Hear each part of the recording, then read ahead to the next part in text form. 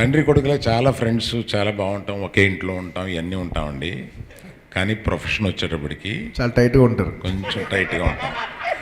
ఎలా అంటే ఇప్పటివరకు చిరంజీవి గారి దగ్గర నుంచి ఇప్పటి వరకు రిలీజ్కి వారం రోజుల ముందే వాళ్ళ రెమ్యునరేషన్ వాళ్ళ ఇంటికి పంపించేస్తూ ఉంటా. ఇది నా అలవాటు. అది నేను బన్నీకి కూడా తప్పలేదు. ఇది మొదట్లో ఇదేంటిది మనం అంతా అది కాదు, ఇది వేరు అది వేరు, ఇది ప్రొఫెషన్ అని చెప్పి ఏమండి. ಶ್ರೇಯಸ್ಸು ಮಗ ಆದ್ರೂ ಮಾತಿತ್ರ ಅವನದು ನಾನೇ ಕಾಸು ಫ್ರೀ ಮಾಡೋದು ಕೇಳಬೇಕು. ಅವೆಲ್ಲ ಅನ್ನಕ್ಕೆಲ್ಲ ಲೈಫಲ್ಲಿ ಮಗ ಆದ್ರೂ ವ್ಯಾಪಾರನೇ. ಮನೆ ಒಳಗಿದ್ರೆ ಮಾತ್ರ ಮಗ, ಮನೆಯಿಂದ ಆಚೆ ಹೋದರೆ ಅವರೊಬ್ಬರು ಆರ್ಟಿಸ್ಟ್ ಅಷ್ಟೇ. ನನ್ನ ಪಾಲಿಸಿ.